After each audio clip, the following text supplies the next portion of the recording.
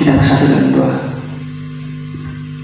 Terima kasih Bapa yang baik, karena waktu yang Tuhan berikan pada kami, nafas kehidupan yang Tuhan limpahkan dalam kehidupan kami, kesehatan dan kekuatan yang Tuhan berikan kepada kami, Tuhan anak-anak-Mu.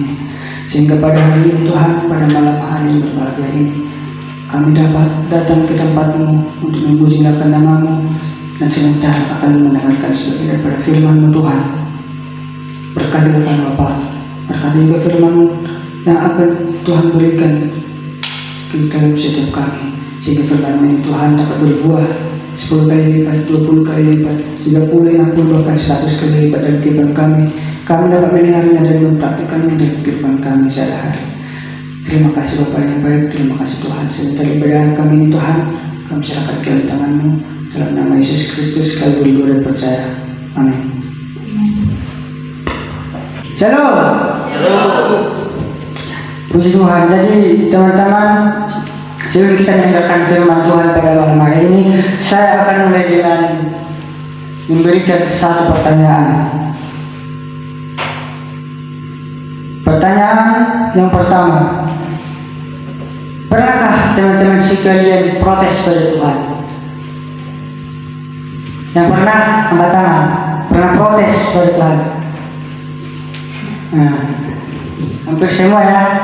Ada teman-teman yang bisa menjelaskan bagaimana sih protes kita pada Tuhan itu? Menyatakan Tuhan itu tidak ada. Menyatakan Tuhan tidak ada. Puji Tuhan. Kita pasti sering menyatakan Tuhan itu tidak ada.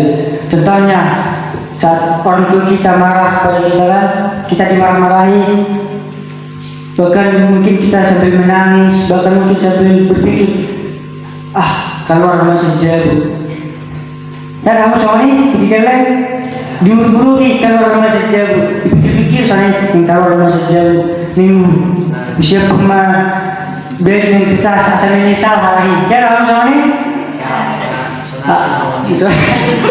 kita ada soal ini. Puji Tuhan. Mungkin kita merasa bahwa Tuhan tidak ada dalam kehidupan kita. Kita merasa bahwa Tuhan memberikan masalah yang tidak bisa kita hadapi, masalah yang tidak bisa kita lewati. Tetapi teman-teman, protes berarti tandanya kita tidak percaya pada rancangan Tuhan. Protes tandanya kita tidak percaya pada rancangan Tuhan. Tema kita pada malam hari ini adalah proses dalam rancangan Tuhan. Tapi sebelumnya saya akan memberikan satu pertanyaan lagi, yaitu siapa yang disebut bapak orang beriman? Ayo, siapa yang disebut bapak orang beriman? Abraham. Siapa anak Abraham? Anak Abraham yang ingin disembelih, ingin dipersembahkan pada Tuhan. Ishak. Siapa anak Ishak? Anak Ishak Yakub dan Esau. Siapa anak Yakub?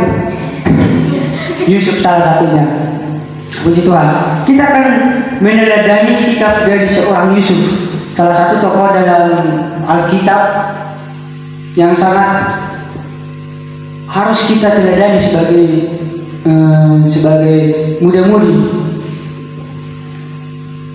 Jadi teman-teman, bagaimana sih cerita dari Yusuf itu? Yusuf adalah seorang anak dari Yakub dari 12 bersaudara. Jadi Yusuf itu adalah seorang anak kesayangan dari Yakub, dan dia adalah seorang penggembala domba.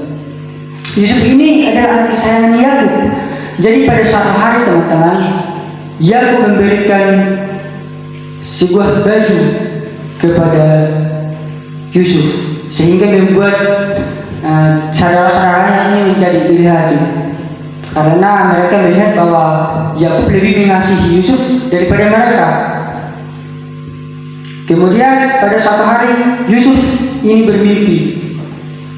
Apa isi mimpinya? Mari kita lihat Kejadian 37 ayat 9. Yang sudah dapat kadang-kadang Kejadian 7 ayat 39. Lalu ia mimpikan pula mimpi yang lain. yang diceritakannya kepada saudara-saudaranya. Katanya, aku bermimpi pula, tampak matahari, bulan dan 11 bintang sujud menyembah kepadaku. Setelah hal ini diceritakannya kepada ayah dan saudara-saudaranya, maka ia ditegur oleh ayahnya. Mimpi apa mimpimu itu? Masakan aku dan ibumu serta saudara-saudaramu sujud menyembah kepadamu sampai ke tanah? Jadi teman-teman, si Yusuf ini bermimpi bahwa dia akan menjadi seorang raja. Dan dalam mimpinya tersebut, ayahnya, ibunya dan juga saudara-saudaranya itu sujud menyembah, sujud ke tanah, karena Yusuf adalah seorang raja dalam mimpi tersebut. Tetapi saudara-saudaranya tidak percaya, dan oleh karena itu ayahnya tadi menegur si Yusuf. Kata ayahnya, mimpi apa mimpimu itu? Masakan aku dan ibumu serta saudara-saudaramu sujud menyembah kepadamu sampai ke tanah? Bulan tabayak kotani bernipi mahita. Bapak, mama, bernipi yang lebih raja, nabi di sebuah wal. Garang ditang bersama ini, pasti angka-angka. Tetapi Yusuf di sini berani. Kenapa? Karena roh Tuhan ada padanya. Karena roh Tuhan bekerja sehingga Yusuf ini mampu memberitakan kebenaran, mampu mengatakan apa yang Tuhan berikan pada dia.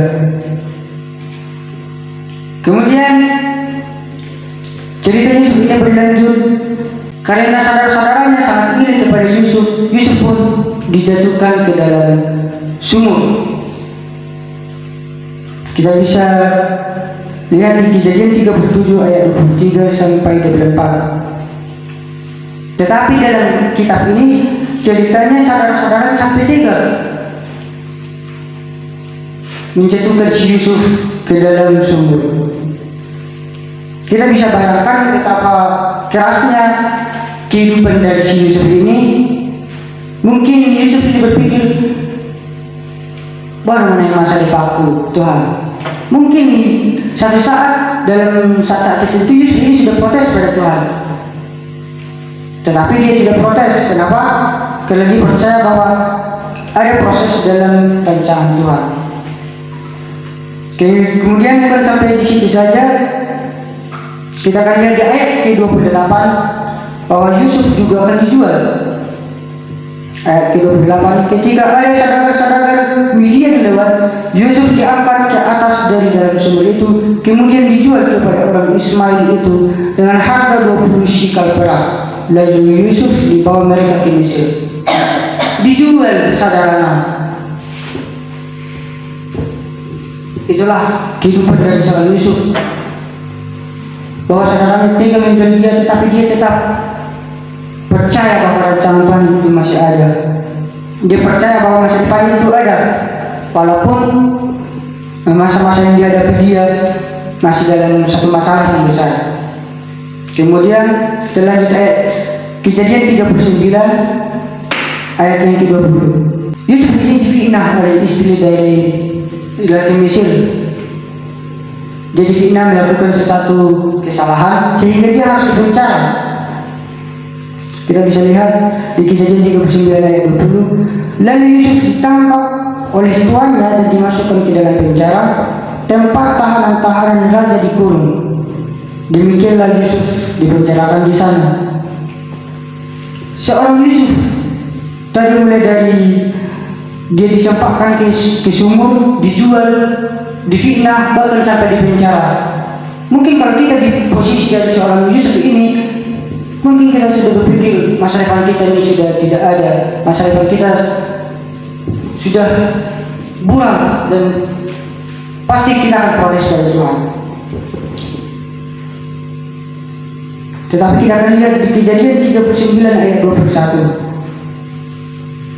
Tetapi Tuhan menyertai Yusuf dan melimpahkan kasih setianya kepadanya dan membuat Yusuf kesayangan bagi kepala penjara itu. Lanjut ayat kedua. Sebab itu kepala penjara mempercayakan semua tahanan dalam penjara itu kepada Yusuf dan segala pekerjaan yang harus dilakukan di situ dialah yang mengurusnya. Ayat 23. Dan kepala penjara tidak mencampuri segala yang dipercayakan kepada Yusuf karena Tuhan menyertai dia dan apa yang dikerjakannya dibuat Tuhan berhasil. Apa yang dikerjakan dari Yusuf dibuat Tuhan berhasil. Yesaya 55 ayat 8, satu orang bisa membaca. Yesaya 55 ayat 8. Sebab rancanganku bukanlah rancanganmu, dan jalanmu bukanlah jalanku, demikianlah firman Tuhan. Puji Tuhan. Sebab rancanganku bukanlah rancanganmu, dan jalanmu bukanlah jalanku, tetapi demikianlah firman Tuhan. Mungkin kita berpikir di kehidupan kita ini banyak rancangan-rancangan yang kita persiapkan di kehidupan kita. Tetapi kita harus tahu bahwa rancangan Tuhan yang akan terjadi. Tuhan menganggap kita sebagai anak Tuhan. Oleh karena itu, Dia mengajar kita agar kita taat pada Tuhan, agar kita mengikuti rancangan Tuhan. Agar jangan sampai rancangan Tuhan tidak tergenapi karena kelalaian kita. Mungkin Tuhan sudah rancangan kita menjadi seorang dokter, seorang tentara, tetapi karena kelalaian kita, mungkin kita tidak belajar dengan baik, tidak belajar dengan giat, sehingga rancangan Tuhan tidak tergenapi. Jadi teman-teman semua, mari kita lihat di dalam diri kita ketahui apa rancangan Tuhan dalam kehidupan kita. Mungkin kita tidak bilang seorang doa, ngabe dokter doa, ngabe soalnya mau masa depan lebih sukses loh. Mungkin Tuhan tidak bilang seperti itu pada kita, tapi kita harus percaya bahwa di masa depan rencana Tuhan sungguh ada, dan kita harus berusaha agar rencana Tuhan itu dapat tergenapi dengan tidak kelalaian. Jangan lalai seperti Yusuf, bahkan dia dicobai, bahkan dia dijatuhkan ke dalam sumur, dijual, dipenjara, tetapi dia tidak lalai dan dia tidak melalaikan Tuhan dalam kehidupannya. Baiklah teman-teman, sekianlah firman Tuhan pada malam hari ini. Mari kita satukan hati kita,